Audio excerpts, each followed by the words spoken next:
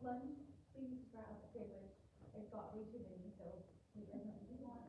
And then we are recording this class, so if you have somebody that wasn't able to attend, we'll send a follow-up link in the email. And then we'll get you headed to after. And then I wanted to introduce one of our S-Raptors, Larry, back there. She's amazing. She's been with Western for 8 years. 8 years. Started as a receptionist, so she knows all of it. And then we have Rochelle back there. She's also an S-Raptor and has been with Western for 10 years. So yeah, we definitely know what they're doing. And then we have Amy Corey. She's a children as well. So Amy and I are the best team around. So. And yeah, so I just wanted to say this is Molly and Jeff and Kate. They're the owners of Uphold. And Molly and Jeff spent some time in Tennessee, but are back, and they're all together again, and they have been in the industry for 23 years, right? So they are very knowledgeable, and this is going to be an amazing time. So thankful to have them here. Yeah, so thank you so much. Thank you guys for coming. Is this a black people still coming in? Come on in. Yay, we're excited. Just to clarify, yes, I don't know. I see a lot of familiar faces, so I'm super excited. Raise your hand if you haven't ever been to Uphold. Have not been. Have not been. Ooh, really? Yes, I love it. I love it. And I've known Clinton here forever. Before his business, so kind of funny when I talk this. But yes, my husband Jeff and I, we built and as you guys know, our Uphold appraisal team, but last year we moved to Tennessee for a year, and Kate Clinton is the owner of Uphold appraisal team. Stand on us, Kate. Hello.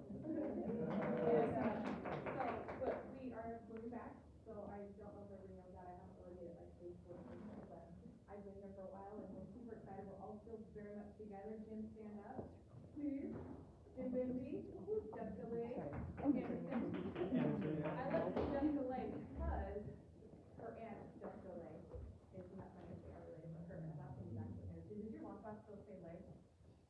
Or does it say Anderson? Yes. It does, I think, yeah. So your last name is Jessica Lay, appraiser, it's actually Jessica Anderson, but that is the name. You can like Karen Burnett, and then Andrea Stewart. You guys might know her, she was a realtor for 15 years before she became an appraiser, but we do have more that do more. Yeah. Lindsay Cross. If you guys come across Lindsay, she's also part of our team. Wade Retail, also part of our team. So they might be coming.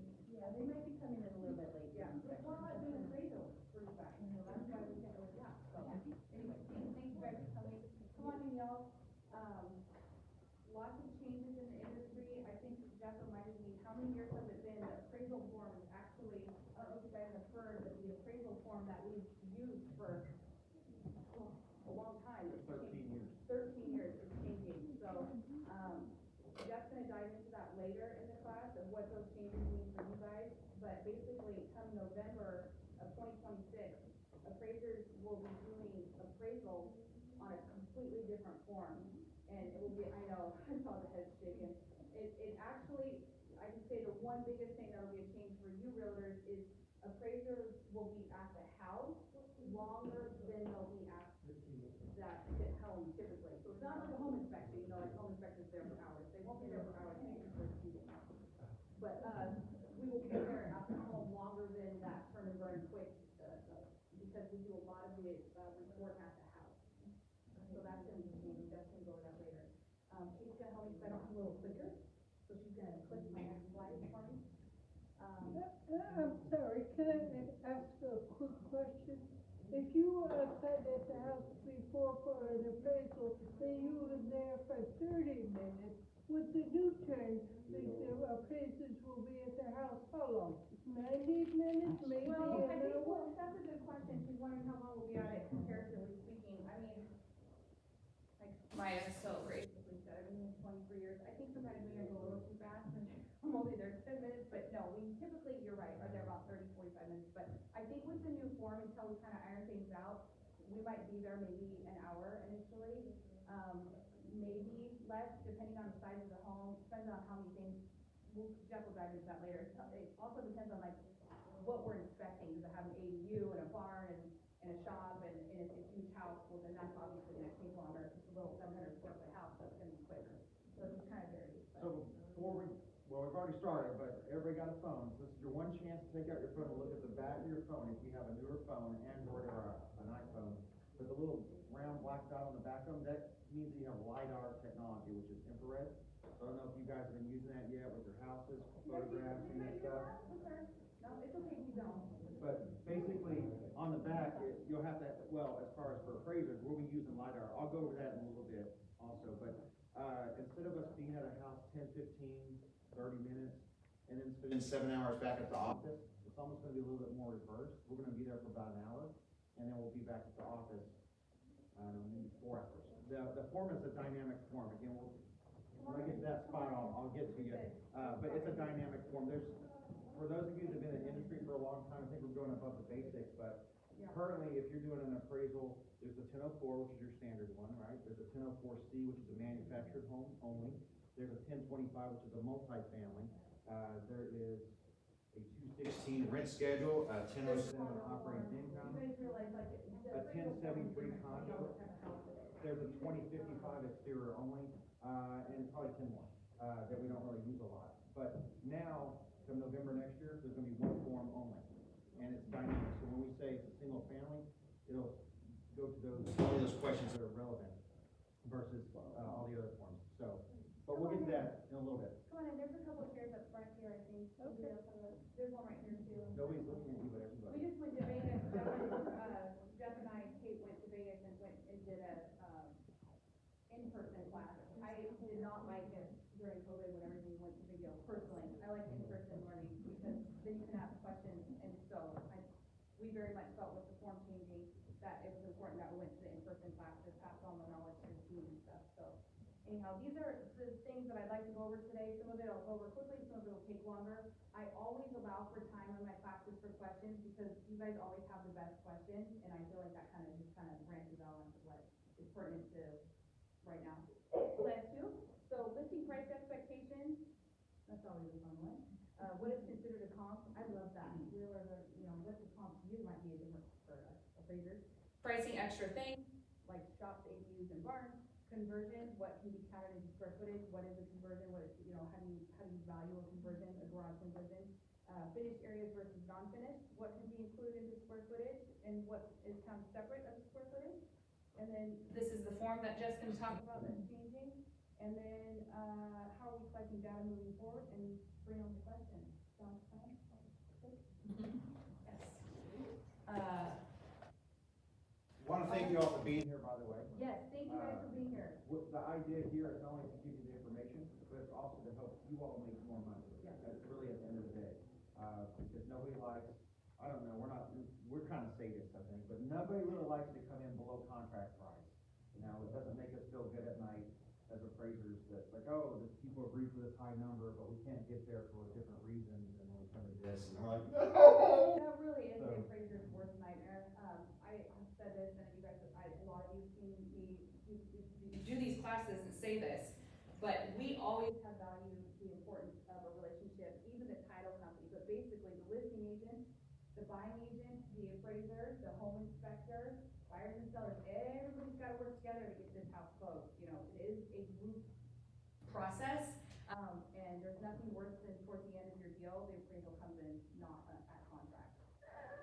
I'm gonna make the title company sit for a second because, they're gonna be more involved, they don't know it yet, in November of next year also. They will be, you guys will be. You'll find out in a few minutes. How title is gonna actually have more involvement, but Jeff and I, our foundation of our company, Kate absolutely, pushes this with the team as well, is that we all work together. So, Kate, you would like to probably mention that everybody calls buyers and sellers on contract price, you wanna mention how that works?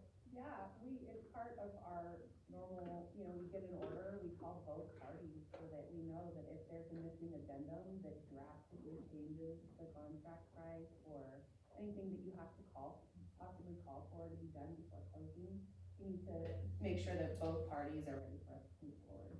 Yeah, because especially right now, I've noticed a lot of closing costs, we're in that time of the market. How many of you realtors have been doing this more than 10 years?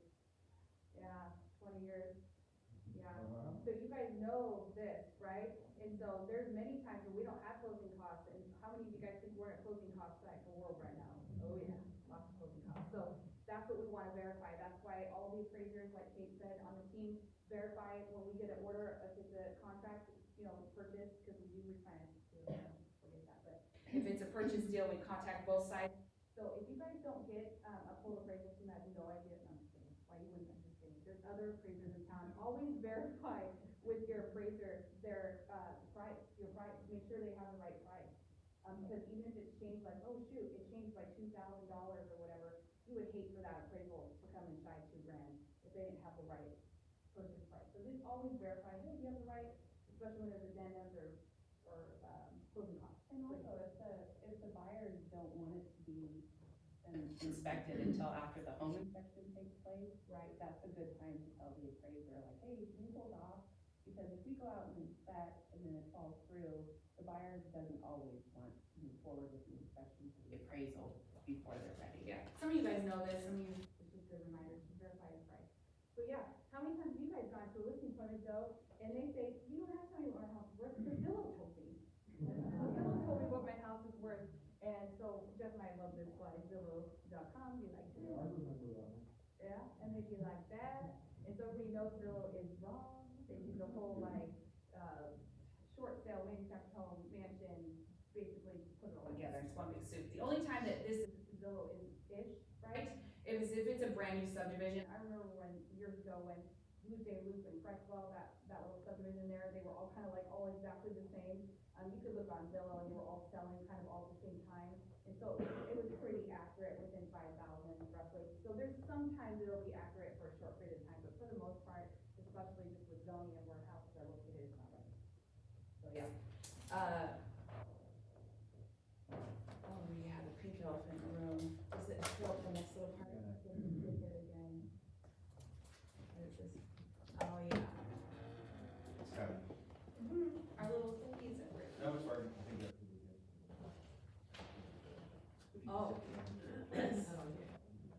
Okay, this is something that Jeff is really good at this one on the whiteboard, but basically, when you guys have your house, and I love that, if you guys, most of you agents that have been doing this for a long time know, if you have a really weird house, and I say Fall Creek, but it's not, it could be just some remote area, anywhere, or just a really unique home, it's hard to price it sometimes. You don't have comps and you think that you kind of do, but you're not really quite sure. How do appraisers look at that? How do we, and also you want to list it for the maximum price, right? But you want to get the most for your seller, but you also don't want to list it out of market, so it's never going to get an offer, it's just way too high. So, what is your highest sold comp in your marketing area? That's what you guys initially are doing, right? You're looking like, what's my highest sold comp? So what do you look at for a comp? Whenever you're looking at a house in Fall Creek, you guys go, you go to Pleasant Hill, you look in Westford, what is your marketing area? That's how we as appraisers initially look at comps when we're looking at our valuation is what is that market area? So Hazen Bridge would be a market area we would stay in, right? You wouldn't go south and go clear down to Glenwood for Hazen Bridge, right? So you're gonna look in the same marketing area for your highest sold comp. That's usually what you guys would be doing. And then this is roughly an idea of what we look at as appraisers. When you're in an urban area, we like to stay within a mile and a half, generally speaking. That's what our lenders want us to stay in. Suburban, 2 to 2.5 miles, depending. And then rural, 5+. I would have to say the biggest thing that I have found when I'm doing a pre-listing appraisal for agents is they say, I can't find any comps. I need your help. This is a dome house and it's got this and it's got that and it's 87 acres and timber and blah, blah, blah. I asked them how far they went out and they just haven't gone far enough.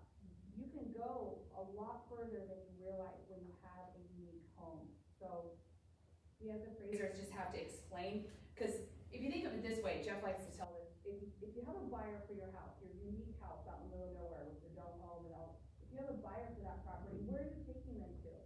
Are you only gonna take them to Fall Creek to look at that type of home, or are you gonna take them out to be looking at Crestwell? Would you guys take somebody to Crestwell and Fall Creek for the same type of unique home? Yeah, you probably would, right?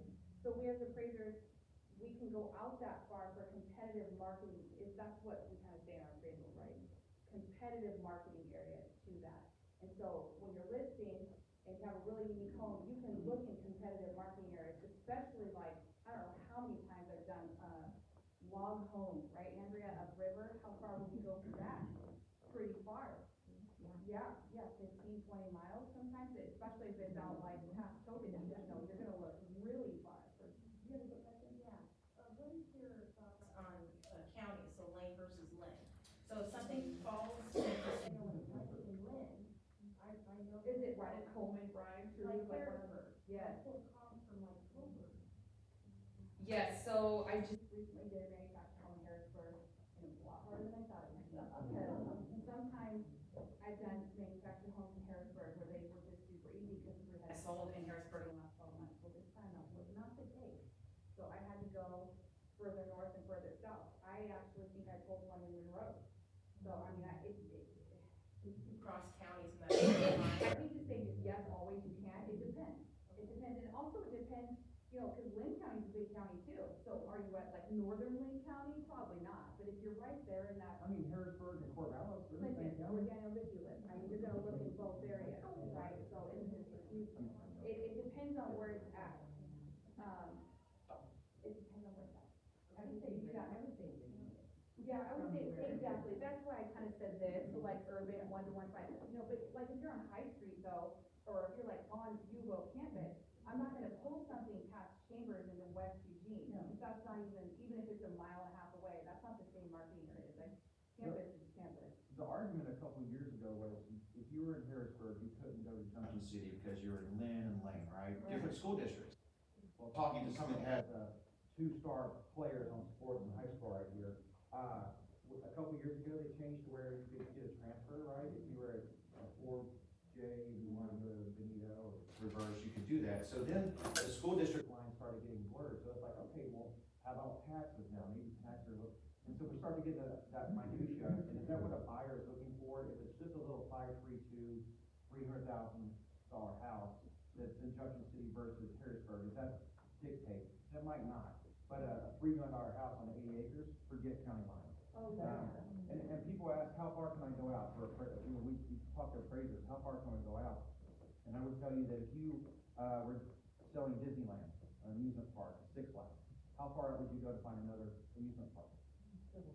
It's urban, right, which is, what do we say, 1.5 miles to find another amusement park, that's what, some underwriters will say. And, you say, no, yeah, you can go different states, right, go to Florida, I mean, it's so, how far have I gone out before? I like to tell people this, I've gone out 125 miles. Yeah. In Oregon for comps.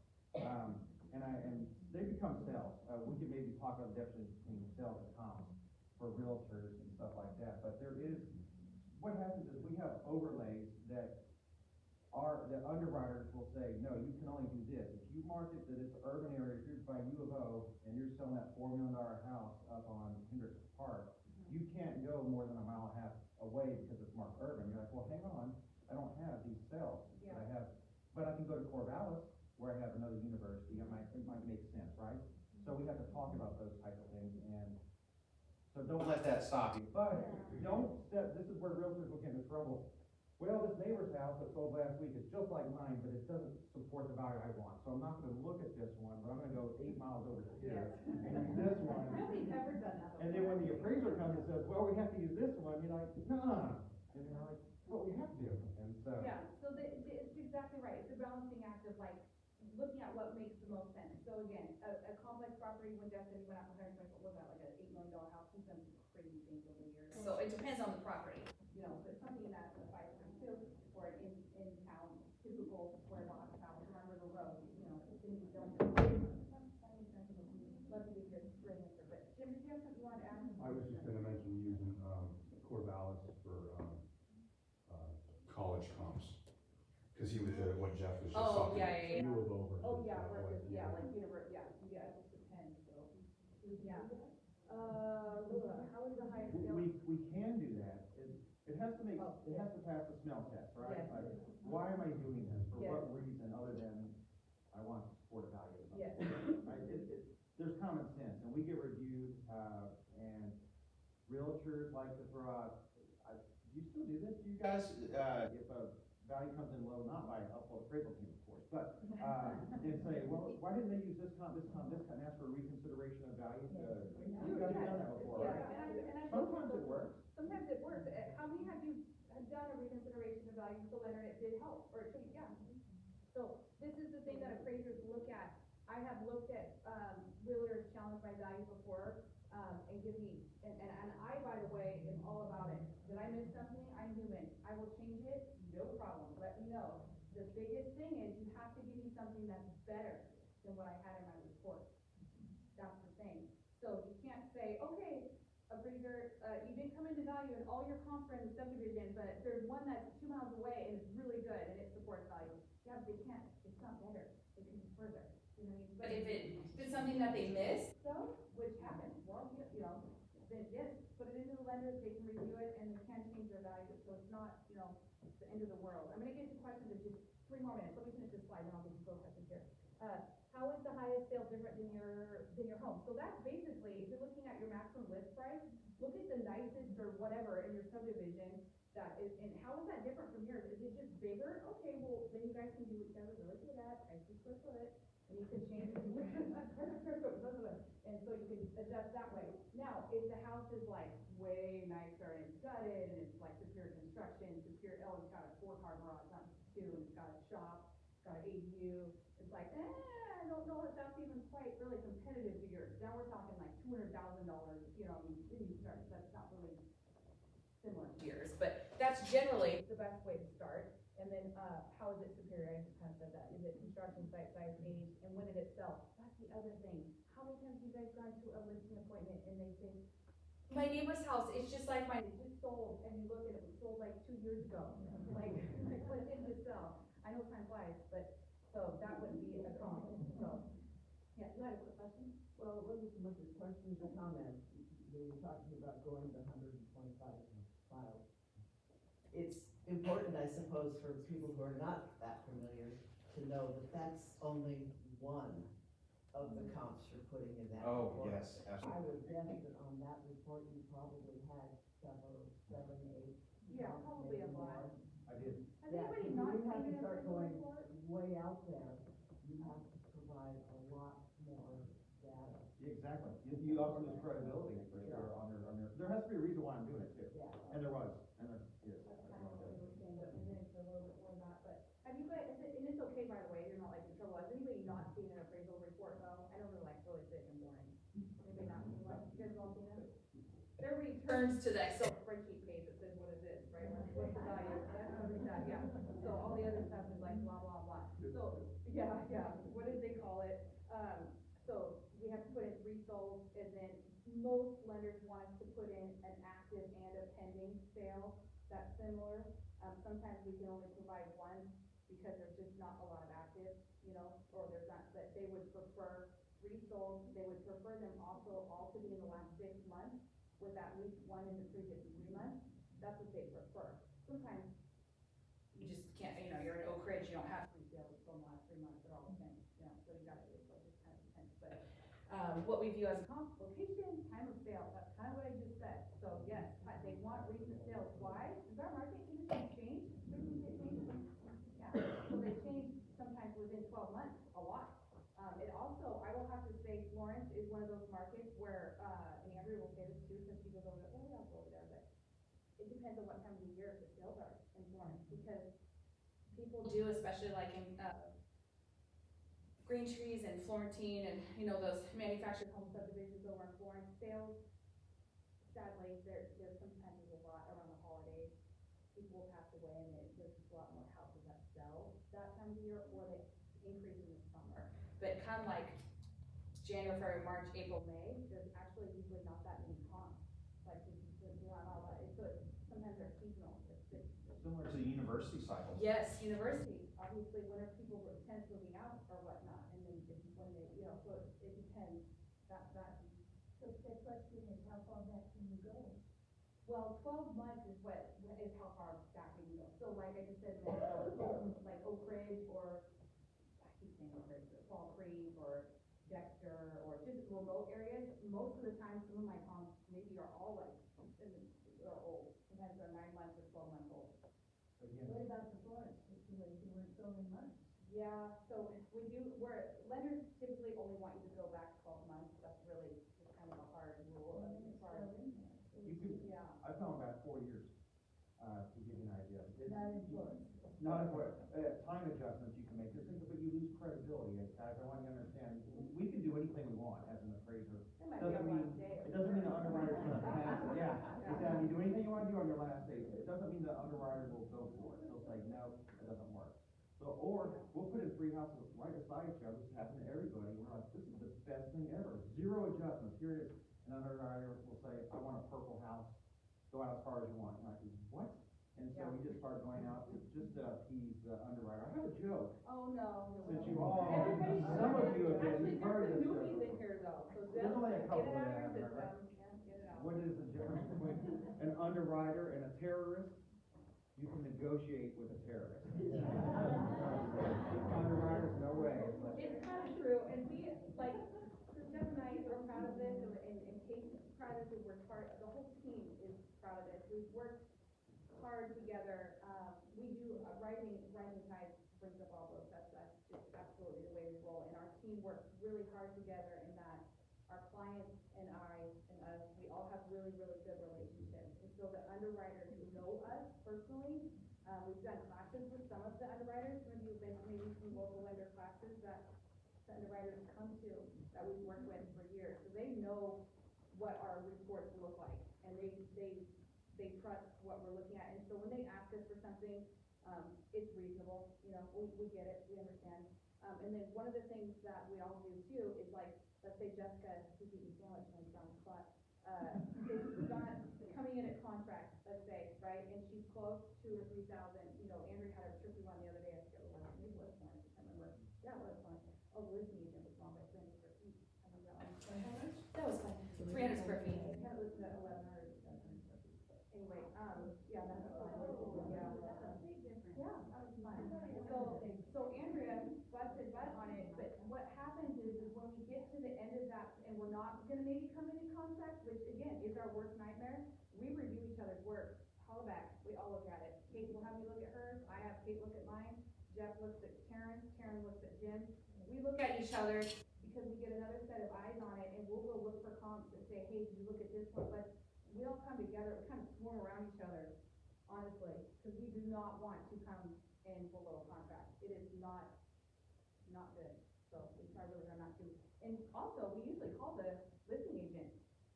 How did you come up with your list price? And I love this one, they told me it was worth. That, it's like, well, Zillow, yeah, Zillow told me. So, but we do that in case there is something that we missed, you know, like, hey, the reason why is because I did CMA, and these were the sales I looked at. Quick note, I'm sorry to be so squirrel, but I wanted you guys to know, when you talk to an appraiser, and you say, Hey, this is what I looked at for my CMA, you can tell an appraiser, these are the sales I looked at. This is what I looked at. You can leave them on the counter for them if your house is vacant. Hey, this was my CMA that I did. These are the sales that I looked at for my list price.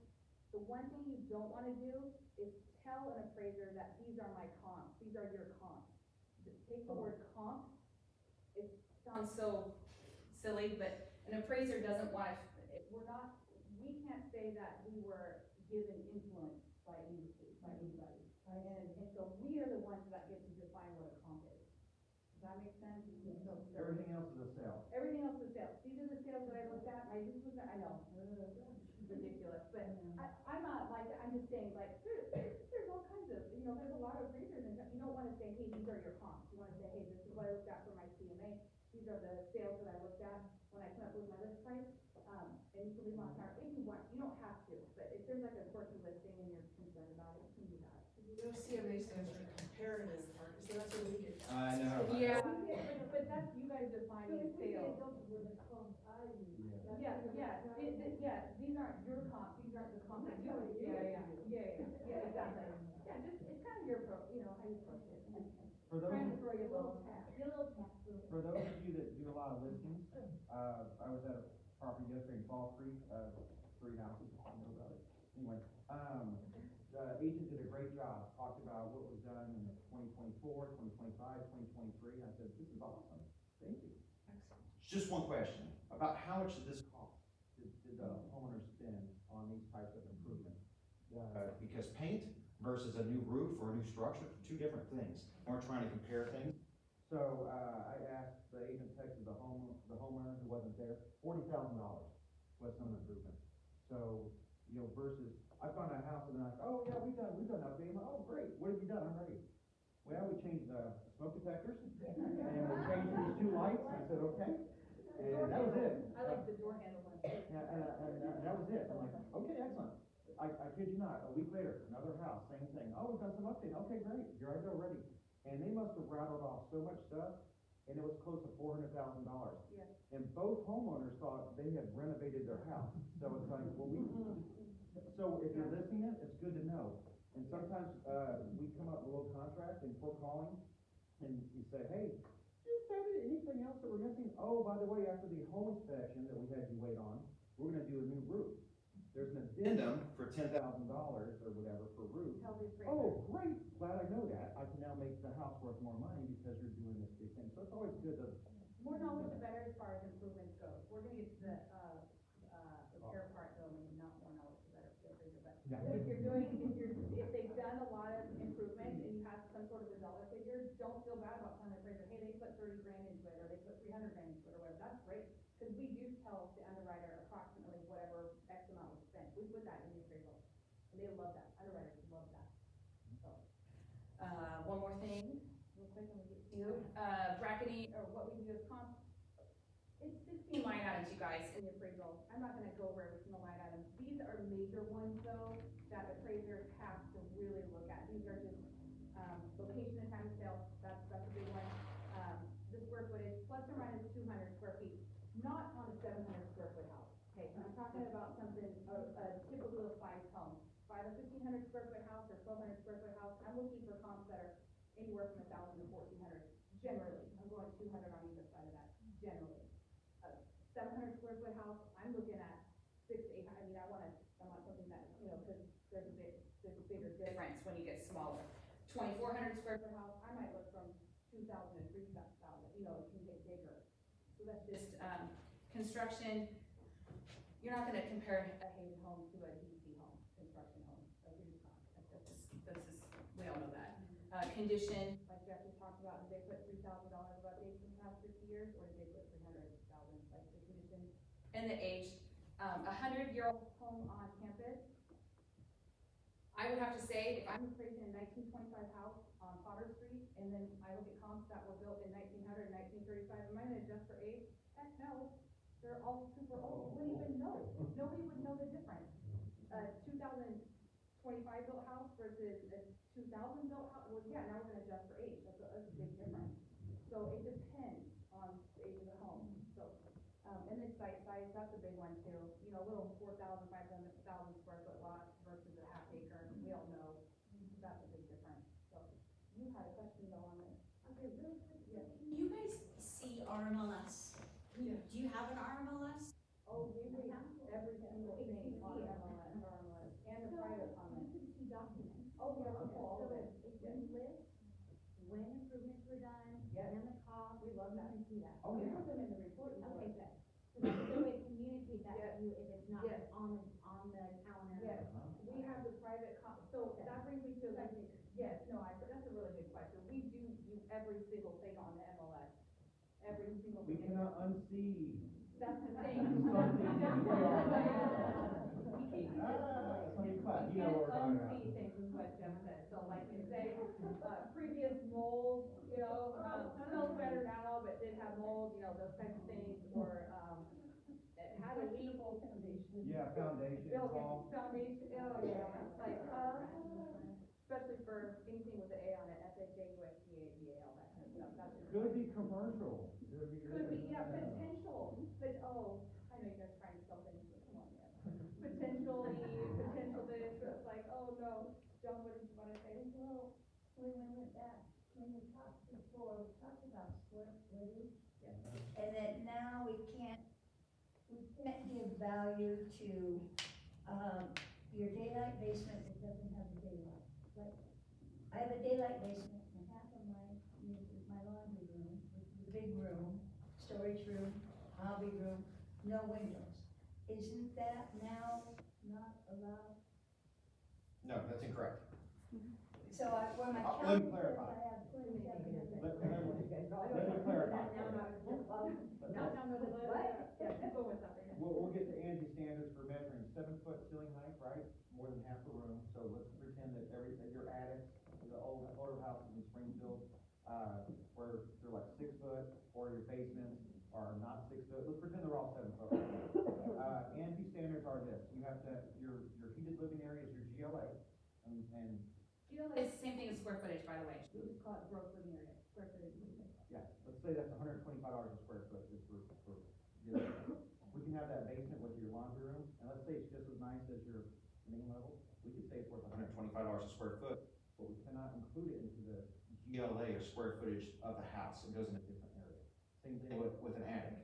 Difference also, you have an attic that's 6 foot tall, so you kinda have to crawl around, but it has a bathroom and a bedroom. Those actually go into the count of the bedroom, but not into the square footage of the house.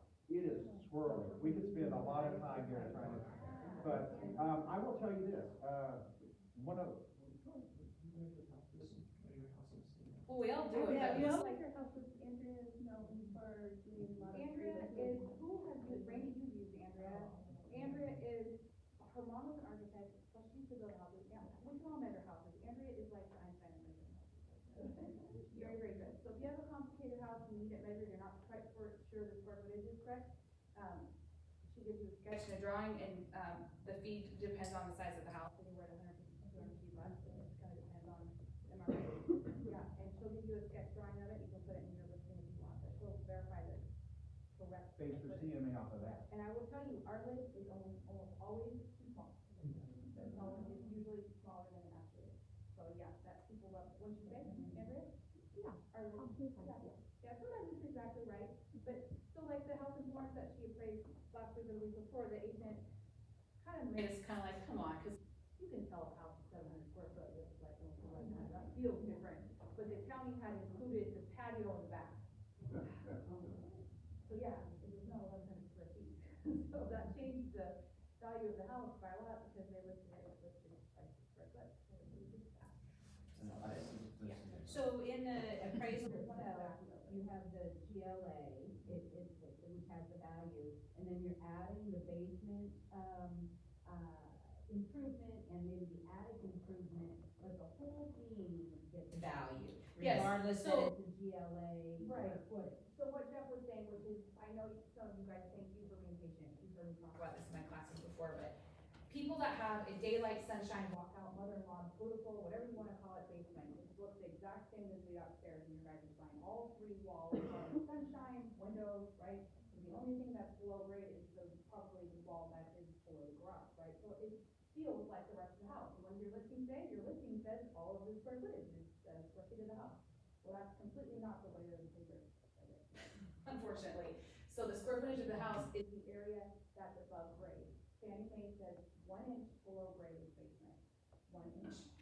and so It doesn't matter if it's a daylight, sunshine, walkout, everybody loves it basement, it doesn't matter. It doesn't matter if it's a cellar and there's nothing underneath it and there's no windows. They're still basements in our minds, but what Jeff is telling you is the daylight, sunshine, beautiful, walkout, my mom lives below, has a full kitchen below, beautiful. we can still give it the same price per square foot as the area above grade. Most oftentimes that's your South Eugene house, right? With the basement and the split level, and it's really nice, and, or how about, you walk in and the stairs up and down, I mean, they're both the same, it's still, they're all square footage, right? They're just counted separately as an appraiser, so like most oftentimes, you guys will say, it's 2,800 square feet. No, It's 1,400 square feet. but it has a 1,400 square foot finished basement. And so homeowners, With refinances, we always tell them this when we're not on purchases, because most oftentimes the sellers tell us that they can help, but like with refinances, when they're gonna look at the appraisal, we tell them, hey, don't have a heart attack when you see your appraisal and it says your house is 1,400 square feet. We know that it's 2,800 square foot of living space, but it's a 1,400 square foot house, with a 1,400 square foot finished basement, we just count them differently per Fannie Mae. That's how we have to do it. So, It's too bad the appraiser doesn't look at, the county assessor doesn't. I know, wouldn't that be great, that Yeah. would lower your taxes, and we'd all, yeah. Less value to the basement. Yeah. So Typically, in a South Eugene home, that they're all the same daylight, it's typically the same square footage. But a lot of times, it's a little bit less, let's get honest, it is cheaper to build below grade. So it does cost less to build below grade, so, This is fun for realtors. Yes. When you're listing a property, and you've got your split level, and you're over there going, it's the same. If the master bedroom is on the lower level, Is that better or worse? than if it's on the main level? Listen, Exactly. it's worse if it's Below? But wait, you just said it's the same square footage, what happened? Right? It's, nobody wants to live in a basement, right? Typically as a mushroom. So when we're looking at houses, we're looking at houses too, and we have just the master bedroom, excuse me, the primary, the primary bedroom on the main level, and all the other bedrooms are down here. We start to think, okay, who's buying this house now? Is it a house with, 3 kids? 3 little kids, cause they're down here and the parents are up here. Same thing with a true 2-story house. Primary is here, all the other bedrooms up here. We start looking at these things, we start into that minutia, and we could be here all day talking about appraisal 201 and 202. Down the back, you had your hand up for a while, what were you gonna say? Well, you answered it with the, patios, because I was wondering if the house was using a converting garage as extra square footage. Oh, gotcha. That gets tricky. Right, yeah, that is tricky, I'm gonna totally get to conversion. I do know this for a fact, assessors for Lane County, unless you open the door for them to let them in, they don't come into your house. So they go, well, second floor looks big, I don't know. You know, they don't know open areas, we'll get to that, measuring stuff like that, they'll go off maybe floor plans if they have it, but they don't see the inside like a finished garage or a patio, those types of things, so just keep that in mind. This is where, quite frankly, either you all knowing how to measure a house and count which square footage there are, that's what we're trying to help today, or having, we're not plugging the company here, but, you know, have an appraiser measure the house for you for a free listing. I do feel like I've been writing my class, and writing on a list of. This is what the grid looks like, you guys have seen that. So yeah, we have to bracket all this, blah, blah, blah, like, poke your eye out, right? But some of this stuff is like, you know, Square footage, so this is, you guys can't see. This says above grade room count, gross living area, GLA, so that's right there. Basement and finished rooms below grade, see, so the line is below here, that's where your basement's gonna go. And so people go, it's 7,000 square feet, it's 2,000 square feet, well, then the basement would go right there. And we'll compare that to other houses just like that. Right. Where we're at, I'm actually glad I have this hideous grid up here. So where we're at in today's market is there's a lot of, we have 3 additional line items here that we can add to the grid. And this is what we're putting in that is different than a typical house. So this is where we're gonna put our ADUs at, or barns, or, this says ACC dwelling unit, so accessory dwelling unit. Olympic swimming pool. 25 stall barn. So it's, you know, so those are the things that we put over here, and then the comps, what we define as a comp, say none if it didn't have ADU, or it says accessory dwelling unit. So that's what we're putting. And so underwriters generally want everything on here bracketed with at least 1 comp. So it gets real, anyway. I can go to the next, so that's generally, I wanted you guys to see, kind of what we're looking at in the next one. I don't know why this thing is rackety. Yes, ma'am. Oh, see, we have that. Oh, yeah. The power mode. Yeah, time of sale before and after natural disaster, oh yeah, we have to talk about that, dealing. Yeah, so conversions, as far as square footage, how many times do you guys include, I love this one. You're in a house, it's beautiful. it has a nice walkway to their 3-car garage that goes upstairs, and it has like a kitchenette and a finished area, so like basically a mother-in-law quarters, right? You guys get that in square footage? Everybody's scared. Nobody said there will be, so that's make that note, because it's not going to square footage. What is He said somebody does, because it keeps showing up. It's so true. So again, it's like, still gets value, it's just not in square footage. So, you know, cause there's, I mean, I love the idea of having, Kate's property is awesome, it's where the company's located at, and she has this really rad shop. And then They have this, like, basically arena sports area for their kids, and stairs that go upstairs. It's not, finished right now, that's where appraisal files are at, but eventually they're gonna finish it. So I love areas like that. So that's like living quarters or bonus spaces or playrooms or kids get out of the house and go up there spaces. But they're just counted separately. I think you guys know that. So thanks for saying that. We never put that. If you have to walk from a heated space in your underwear, yes. ooh, go up to to the garage, to go up to the family room, it is not the same square, foot. It's not contiguous. Yes, So, yes. because of that, it's not included together. So, I know where this is gonna go, because it usually does, but you first, go ahead, what were you gonna say? Do you have a question? Anybody? No, okay, so, All those River Road conversions, all those garages that are converted, because they all are, it's almost rare to find a River Road house that has 2 cars in the garage, because they've converted so many garages over there. So, is that square footage or not? It depends. so I love your answer. Answer, because I would have to say, more often than not, I do include that as square footage. The Biggest thing that we look at, as appraisers is like Jeff said, if you're in the house and it's the little, 24 by 40 house, right? And then it goes to an unfinished utility area where it's like, not even a zone heater, it's like, feels like not finished, and then to the converted, garage, that's where you're gonna have an issue, because then it's not included in the square footage. You can't can't go from finish to unfinished to then finished. So make that utility, area finished, put a zonal heater in, slap down some vinyl flooring. Now we're good. Now the whole thing can be, what we have to look at is, you guys are gonna be happy about this, even if it's unpermitted, we can count it, because how many times, how many times has somebody built their garage, or, gotta love this, I don't know, previous sellers did it, right? Somebody that my grandpa did it 20 years ago, like, I don't know. And I forget what year it is, but county records, I believe from the 80s, don't have permits. we can't find it. Past a certain point. So, if it's Finished similarly to the remaining of the home, that's what underwriter wants us to say, if the converted this space is finished similar to the rest of the home, then it can be counted as square footage. So it has to have a zonal heater in there, you guys, like, it has to be heated, you have to be able to go out of town and it's still, it has to have flooring, that's the other thing. A lot of times people, I know you're laughing, but people will have drywall and the zonal heater and it feels like the rest of the home, but then they've got like plywood flooring or something, or mountain flooring, you have to have flooring, it has to be finished to the remaining of the home. Not the concrete flooring?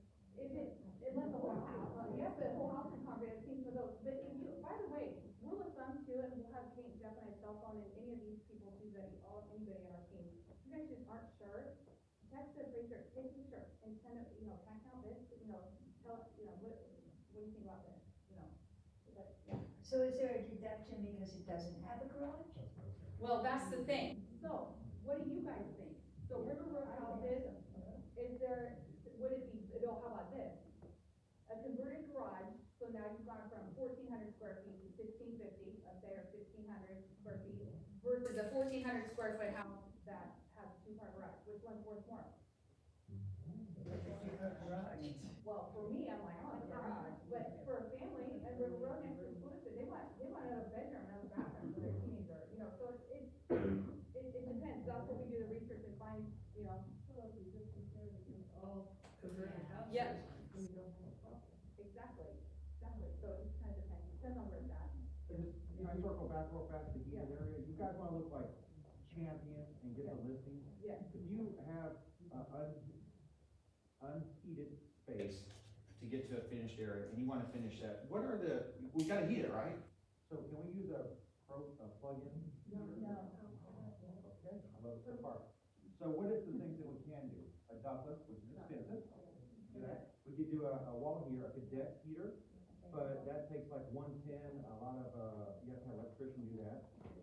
You got a baseboard heater, could work, right? If you drill it in and plug it in. Drill it in and plug it in, so it's a catcher property. Have you guys seen the new heaters? They're kinda out, They're kinda cool. awesome. They're 110 heaters, they're flat against the wall with the heat that comes up the side, but you don't burn yourself on the side, and they plug into an outlet. Is that permanent? No. You're welcome for coming to this class. It is a permanent It heat is source permanent. by the Oregon Building Code. It changed it. So it's the electrical building code. It is a I permanent did heat one in source. Coos Bay last week, and I was so excited, because it was such a cute house, and their furnace went out, and they had I those. want to give you the if.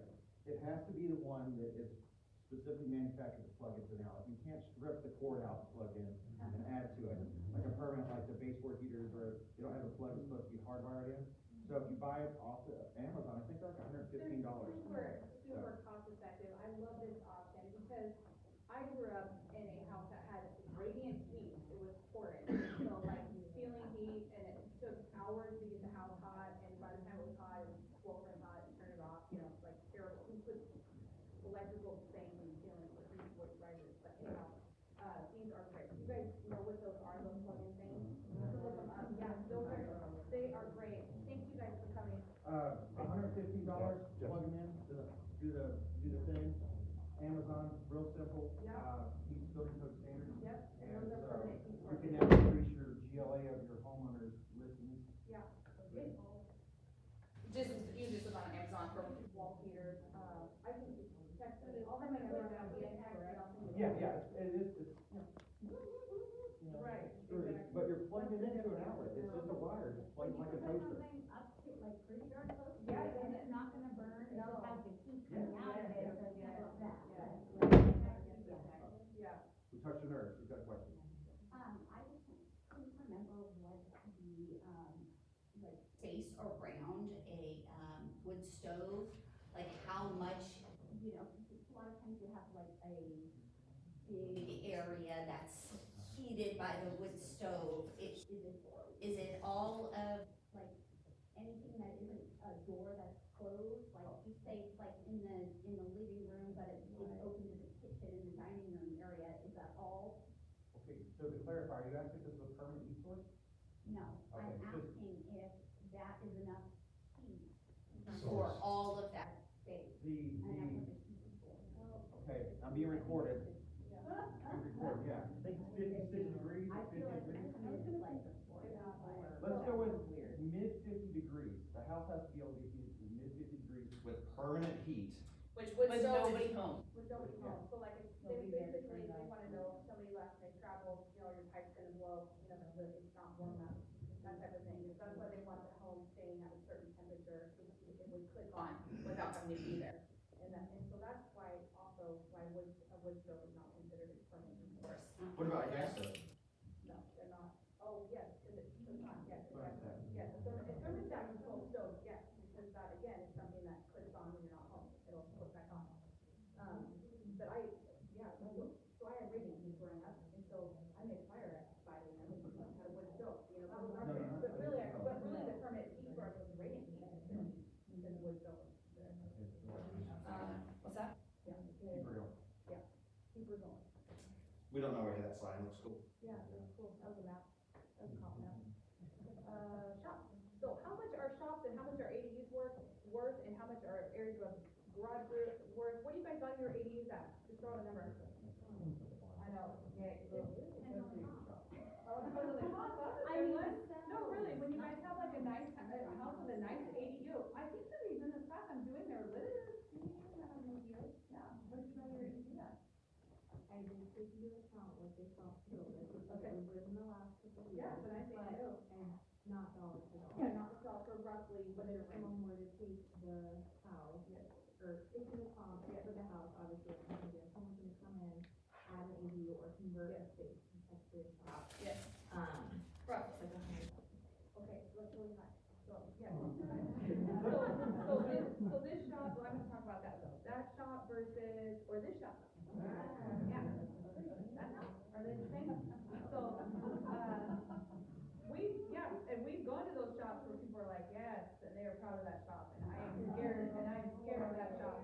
So, yes, it depends, so ADUs generally, Jeff, what do you want to say, the percentage of what the adjustment is for an ADU? Well, we're being recorded. I See, I know. usually like to say it's the safe room, we can talk about it, but since we're being recorded.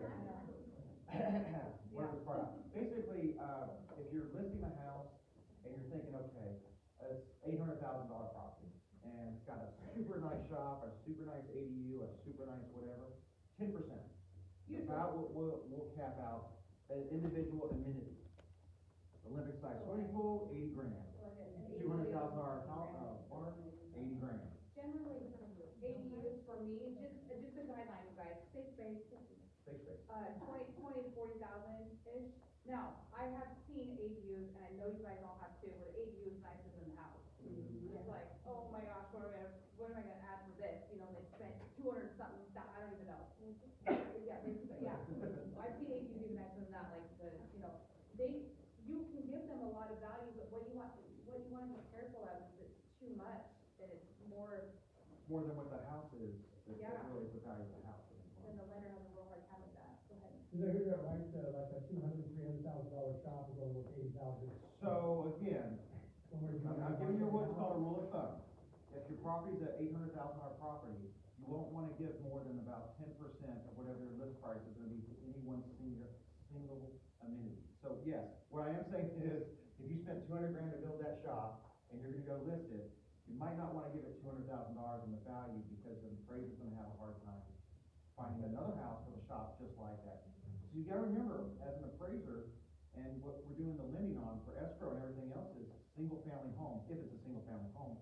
That's the main purpose of it. It's not the barn, it's not another 150 acres, it's not 5 shops that I've seen people do. Where people are getting their value back on their ADUs, which we all notice, if any of you guys have investment properties, is they're getting that return on lending it, right? And that's what your ADU, that's where they're getting their money back. So if there's a huge market appeal for an ADU, but that doesn't necessarily mean they get dollar for dollar back appeal from an appraiser perspective. But, I mean, if I had investment properties, I would put ADUs on them, that's great, because you're gonna rent those out and recoup your funds on them, and that's a really wise investment. Do we have a quick question? Who sold a house that has a pool, and the buyers come in and said, I'm gonna fill it in? They don't want it. Well, the seller spent $70,000 building that pool, you can't give it $70,000, the buyer's like, I'm gonna fill it in.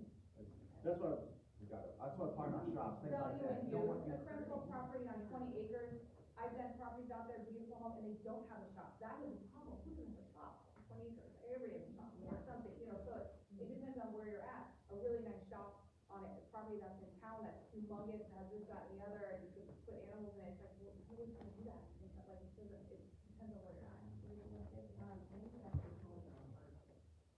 Manufactured homes with the hardship, or they are the hardship? The hardship is on the seller, the buyer coming in is not. And they're having to disconnect the power and stuff, so you can't really get the value. Right, so hardships are considered personal property, because you can only have the manufactured homes who have the hardship. We know the evaluation to them, if they have to be what is called decommissioned, if you have an appraiser do that, what you have to do is make that property to where somebody couldn't live in it, that doesn't mean you're going to destroy it, that means you just disconnect some plumbing under the kitchen sink. When the appraiser's there and you make it so that it's not livable, Take out the stove, And then it can happen later, whatever you do. take out the floor. The manufactured home would compare the same way as well. No, another property, they said the next house is compared to it, they decommissioned, manufactured. that's a personal opinion. I don't believe that to be the case, because especially at decommissioned manufactured homes, I mean, especially with the hardship, you know.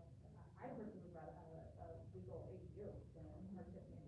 Well, it's personal property. It's personal Every 2 property. years it has to be Yeah, it has to be resubmitted and. Yeah. For the next one.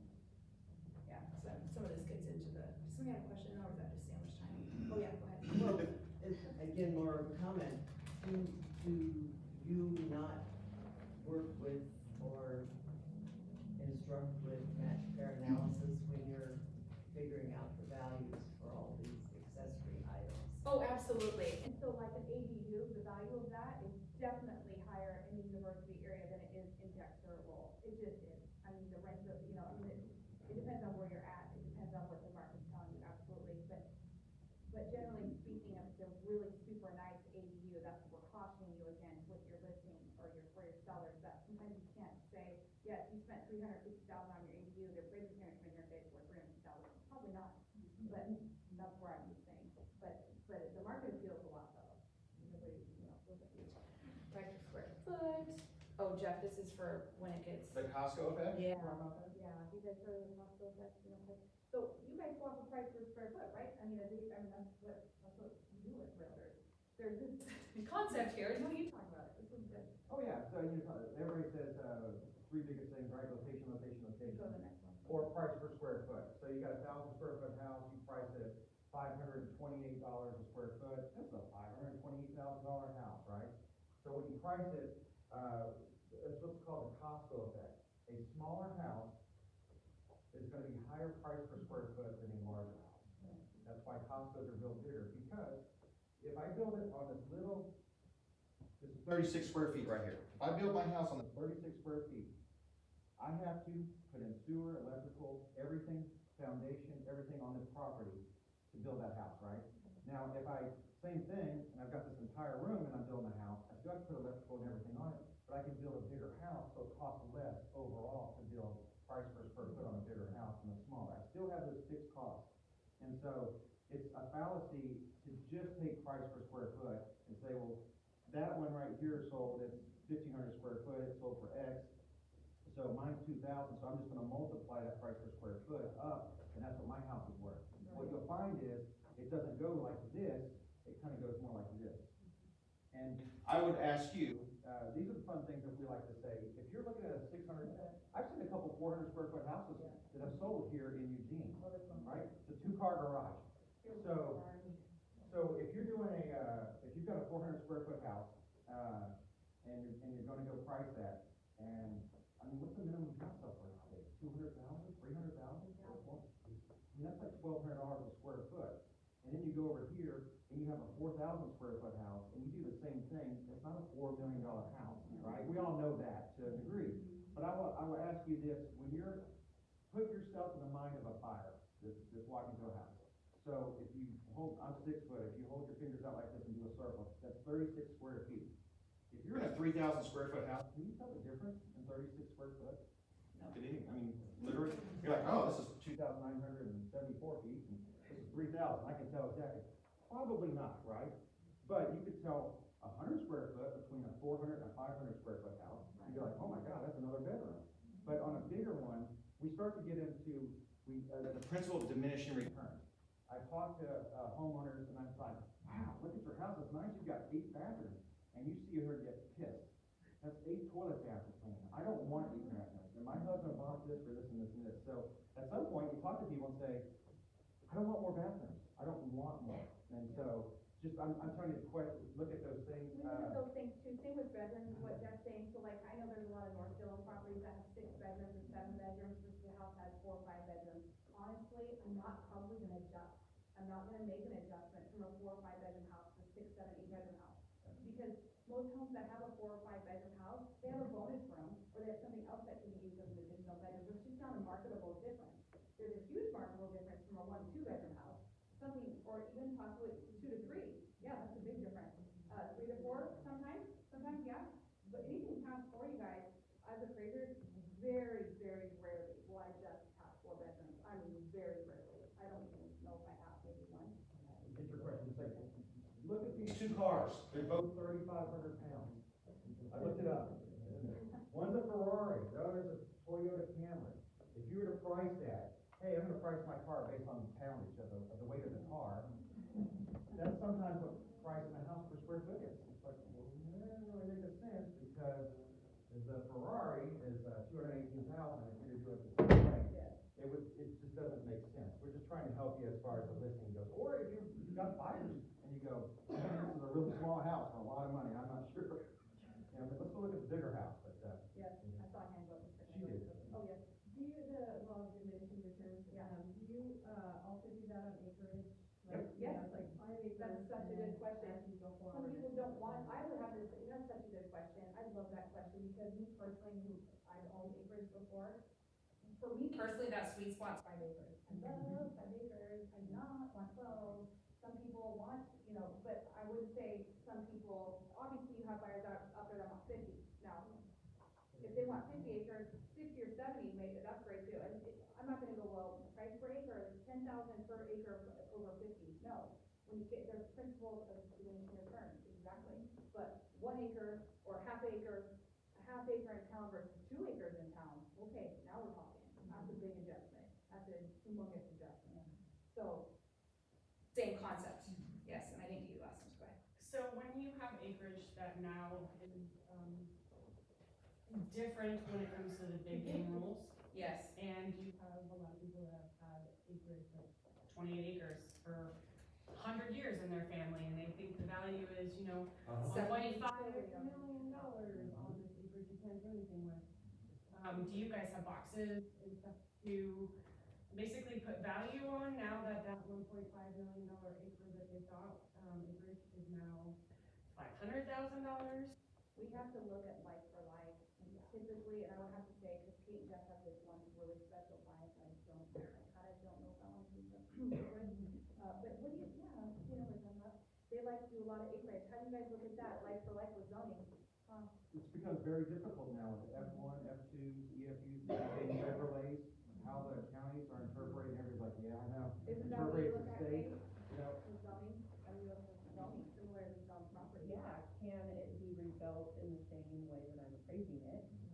then you also have to look at the area, is there a saturation of land available? So that's gonna change your value in one area, that there is a saturation of a whole bunch of available land compared to one that everybody's looking to buy property. I would caution you guys, most of you guys I know and I've worked with for so long, and I love that, this one agent, he's sick today, but I did a pre-listing for him out in Fall Creek, because it was very difficult.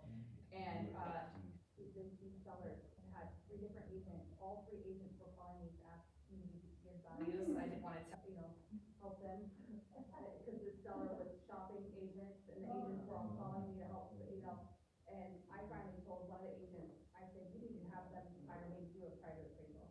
And I want out of this deal, I want you guys all to have the listing, so anyway, did a private appraisal for them, because it takes you guys out of the hot seat of being the bad guy, or the bad person.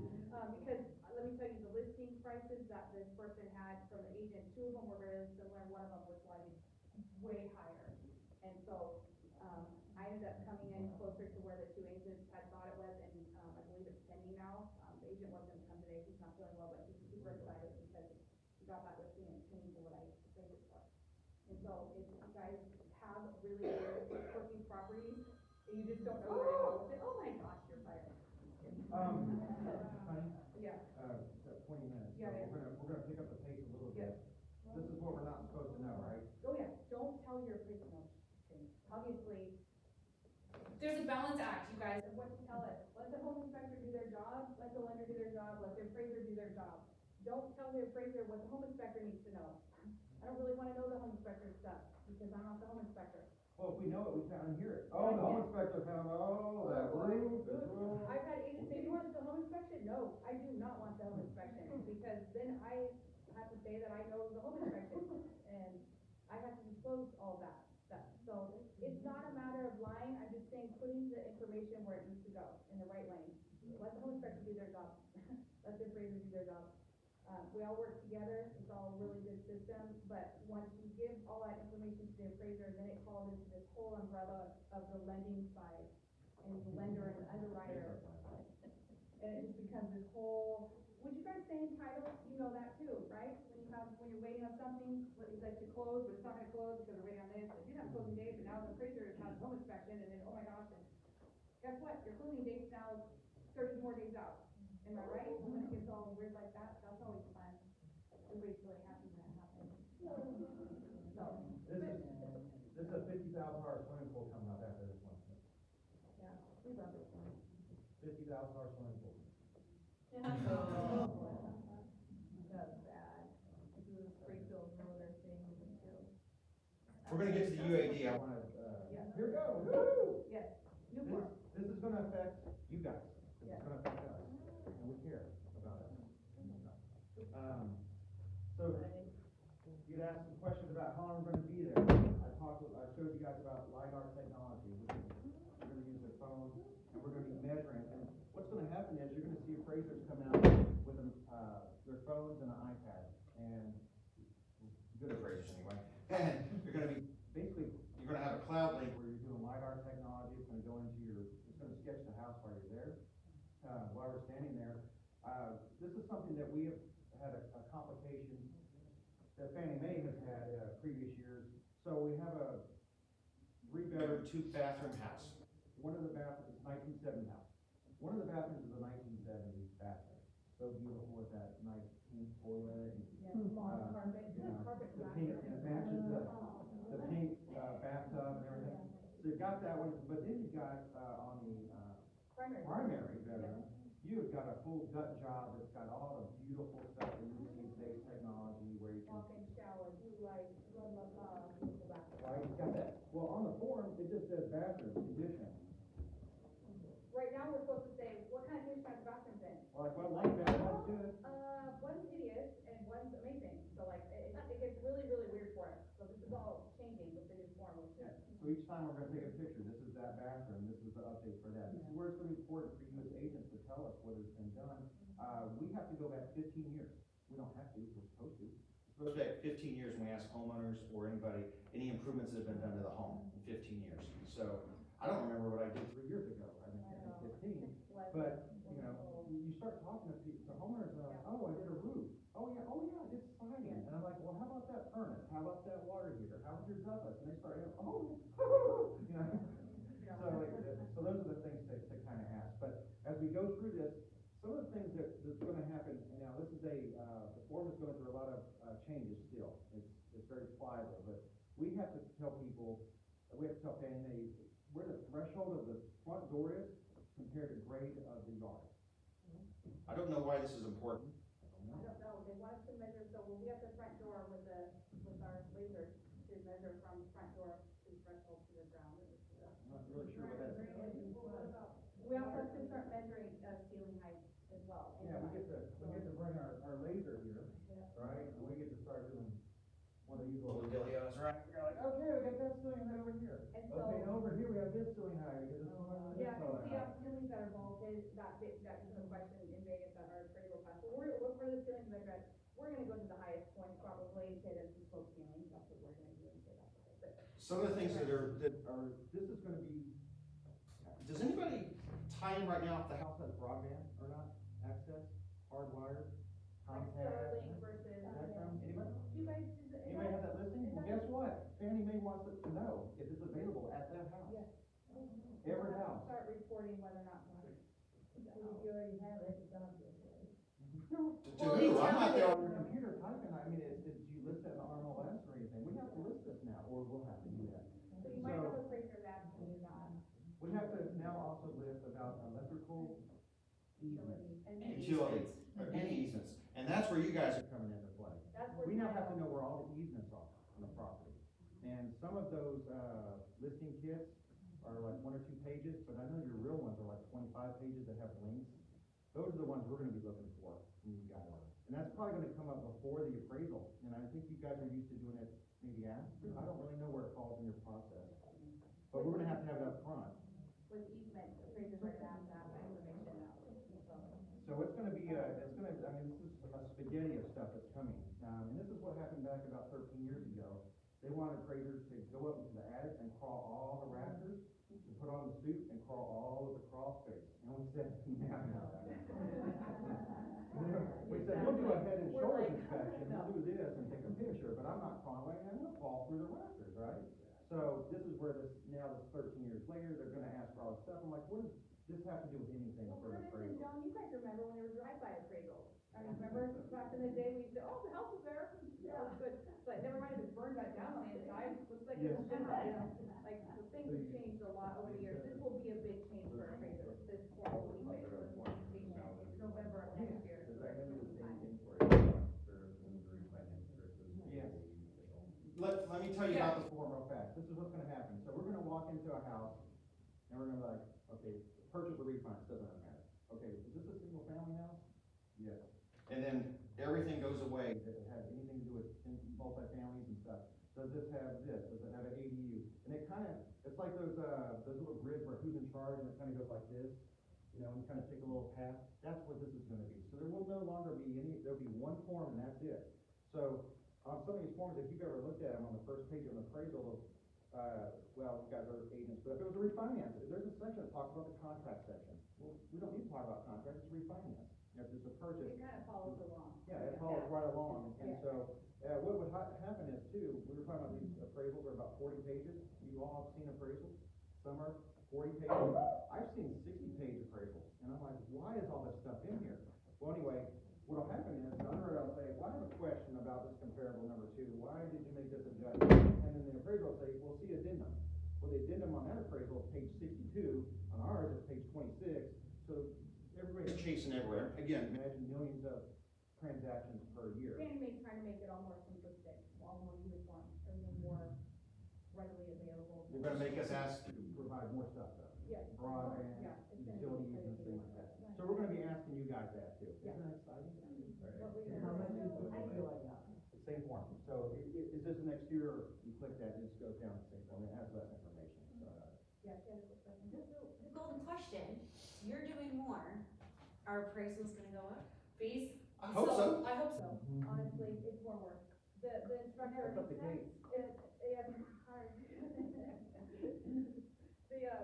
The guy who, I really like Brian, he's really good, the instructor, he's in Vegas, he's been been instructing for a long time, he works with Fannie Mae, he said, this is the time, you guys, we all need to raise our prices, so possibly. I mean, it's more work, you know. And so right now, average pricing, I say 900 to It 1,000. varies, I mean, yeah. obviously, Yeah, there are some, like Rocket Mortgage, you know, we don't do work with Rocket Mortgage, I mean, maybe we have in our lifetime, but we don't, but like those types pay less. So it depends on the local lenders pay better, but it's a better loan process, you get local appraisers, you get local underwriters, you get local appraisers. The title Company works with local lenders probably easier than they do with Rocket Mortgage out of Pennsylvania, you know, I mean, Oh, no, yeah, fees are about that. for those of you who have not been to our class, these are some of the key dates to remember. June, basically 1978, June 15th.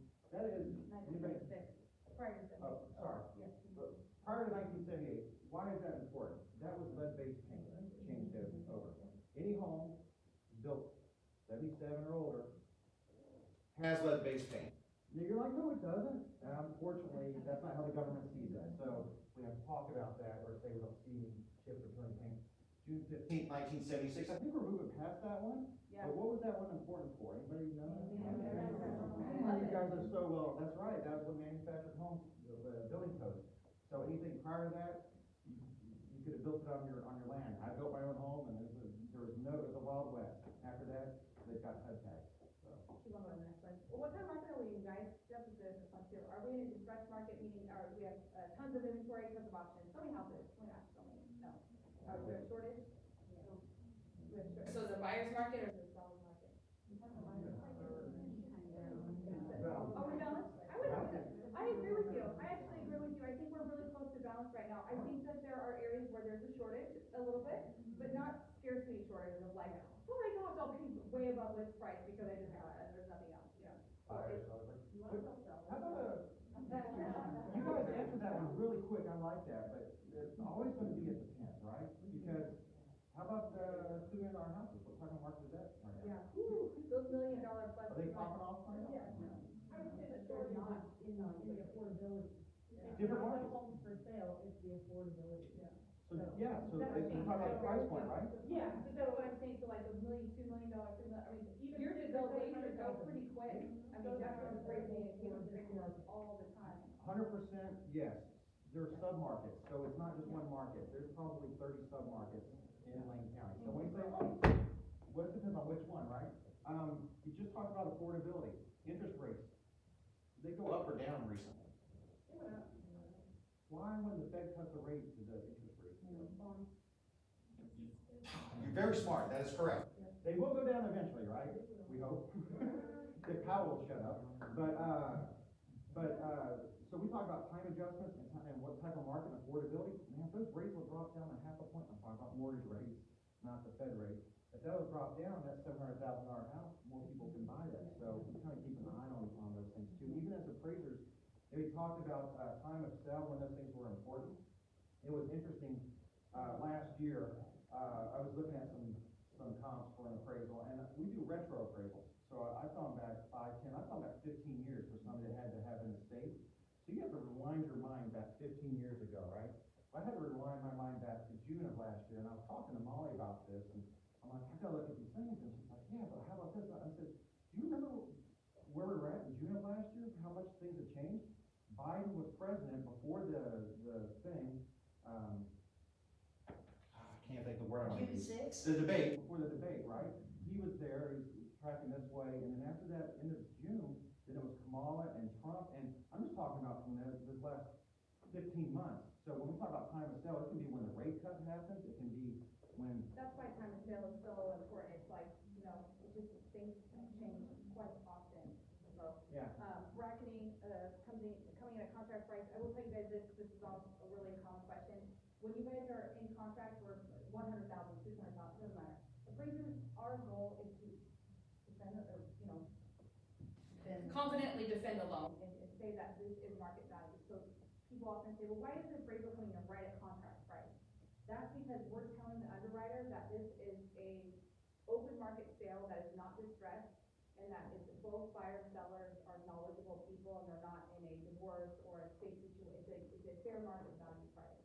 And so if the house is under contract for 450,000, and we come in and appraise it, we say it's 480,000, that's a problem. Another writer is gonna go, what, why is it in a contract for 450? Why are you, in your con 480, what, is it a distressed sale? So that's why most often an appraised value, if it's just all things are off and it's just a normal typical sale, it's gonna come in at contract price, which is different than a refinance. So a refinance is, I come in and I tell you what I think your house is worth, just based on what I think of, Very different. If we look at days on market, if you have a house on the market for 100 days and you haven't dropped the price at all and you get a contract for that price, Yeah, just because you get a California buyer, if your house has been on the market for 6 months, and they will spend more, doesn't that, so we have to look at that too. That makes sense. sense. I know, right? I know you don't know, though, some people really want it, and it's, yeah, We had this a few years ago, right? People were bidding, you might have 30 people that were making off on one house. oh, what was that, like 3 years ago, remember that? 5 years ago. They're on one house, right? The buyers were distressed at that point. Yeah. Right? They were paying more. Yeah, I think we were all, I know, I had PTSD for, I thought it was 3 years ago, 5 years ago, I don't know, it was terrible.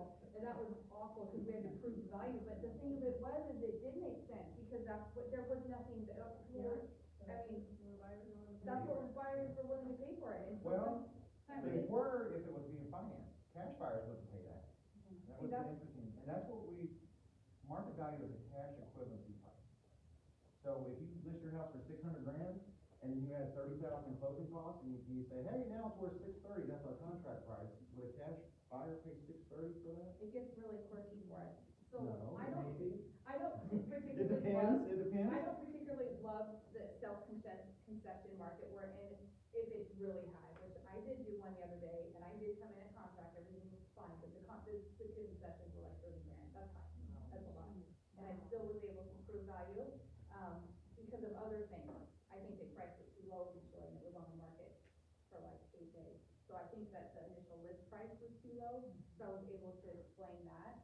But generally speaking, reasonable closing costs are fine, but when you get to be 10, 20, 30, 40, like, so. If you'll pause the recording, no, just blur this next part out. For all the agents in here, if the house has been on the market for a few days since you're listing, and you get an offer that's above contract price, fine. If an appraiser calls you and say, Did you get multiple offers? Your answer should be yes. Yes. Will the appraiser ask to see those multiple offers? No. Okay. Realtor said multiple offers, moving on. That's why it's above list price. It's really hard for us to say that it's worth above list price when there's not multiple offers.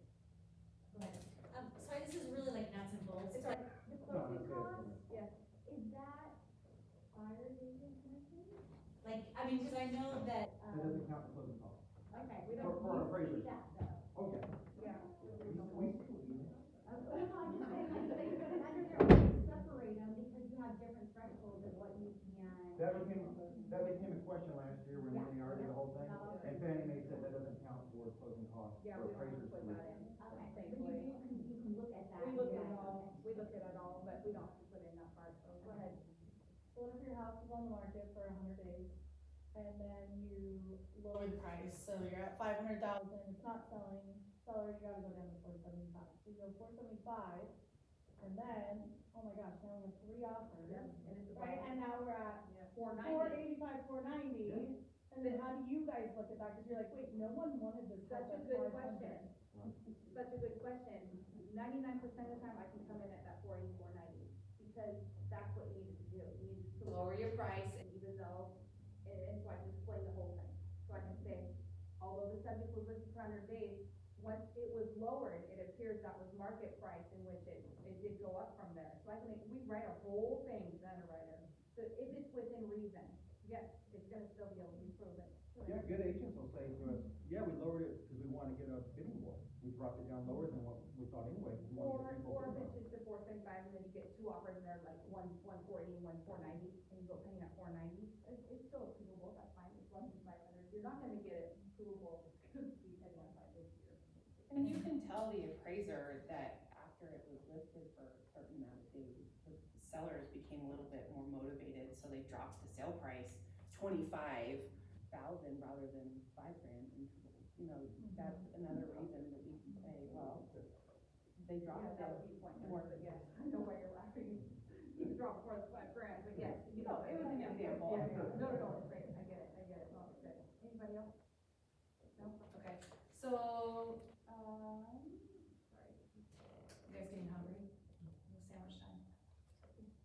anti-declaration, this is A little bit about what I talked about with Andrea, how we have to measure up to 7 feet ceiling height, so those really short attics upstairs in Junction City and River Road that have a full bathroom and a bedroom, if you're ducking down, that's a problem. So that's not square footage, still values, but we go to 7 feet interior height, so you know. Nothing comes on the aging home. Even the Asian home. Because sometimes those 1950 homes. I know. For sure, people back I then. know. Yeah. Nope, 7 foot, that's a, I'm short, so I can't. No, I hear you, no. And also, if you have those stairways that, they're almost ladder-esque, and which you hit your head and they're not even 3.5 feet wide, they're like 2.5, you know. No, that's not square footage. this is right here, One where the ceiling isn't quite tall enough, it's a downstairs, it's got a bedroom, a bathroom, a laundry, and a family room. It's counted in the appraisal, it's gonna count in the room count, but it's not counted in square footage. different areas. We put that in that additional line item. So is it the same price per square footage? It can be, if it's similar to the rest of the home, something like that, I'm probably gonna get it a little bit less, because I'm assuming that we must get rid of the next floor. It is a little bit less. But it doesn't mean that it's not, You know, the market appeals for livable space, but it's not the same as. I just wasn't sure. yeah, You gotta think about it. yeah. I mean, you can't say, well, Molly said this, and Yeah. this could do this. And Yeah. You have to look at it and say, Yeah. I can sell it for this, or I can't sell it for this. Uh-huh. And you have to use your gut a little bit. Yeah, the square footage. This is what I was talking about for the assessors, that Oh, don't come to the house. That's a hard one. Yeah, It is a thing. isn't that hard, Joan, because it's open to below, and But so, that's my house. Yeah, never know what to do with that. we deduct the open area, so that's removed from the square You footage. can't be transferred to ghost and float over this area up here. Yeah. Okay, so this one counts. These are good houses to To have have some. somebody come in and measure to get the right square footage, when you have those open areas to below, flood areas to. So there used to be an issue, and we brought it up a few times, with domes and log homes. Yeah, Is fun. there still an issue, or? Issue with the homes. Well, don't, Well, I'll tell you the appraisal fee's higher, gotta rip the Band-Aid off, because it's a lot of work. So when we appraise dome homes, we have to have at least one dome home. Kate and I have done dome homes where I've gone out and really